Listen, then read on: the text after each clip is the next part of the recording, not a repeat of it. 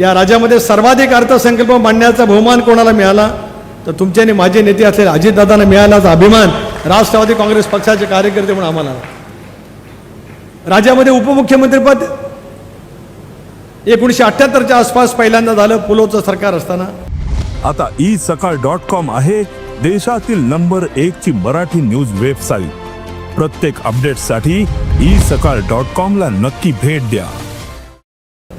त्यानंतर इतक्या वेळेला उपमुख्यमंत्री पदाची शपथ या राज्यामध्ये कोणी घेतली असेल आणि जसा सचिन तेंडुलकरचा विक्रम कधी मोडला जाणार नाही तसा दादांचा उपमुख्यमंत्री पदाचा आणि अर्थसंकल्पाचा विक्रम सुद्धा कोणी म्हणणार नाही. याच्यात कोणाच्या मनामध्ये शंका आणण्याचं काय कारण नाही. पण याचा अर्थ आम्ही तेवढा पुरता सीमित आहोत का नाही. आमच्याही मनात आहेत, राज्यभरातल्या जनतेच्या मनातल्या अपेक्षा आहेत की दादा राजाचे मुख्यमंत्री त्या ठिकाणी व्हावेत. ही आमच्या सर्वांच्याच मनातली इच्छा आहे. पण आम्ही राजकीय वास्तवात यावं.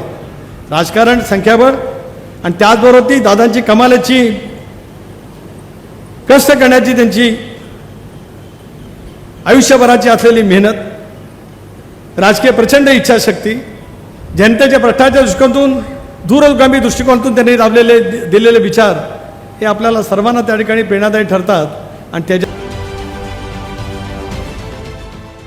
देश विदेशातील प्रत्येक घडामोडींचे लाईव्ह अपडेट मिळवण्यासाठी आता साम टीव्हीच्या सर्व सोशल मीडिया प्लॅटफॉर्मला लाईक, फॉलो आणि सबस्क्राईब करा.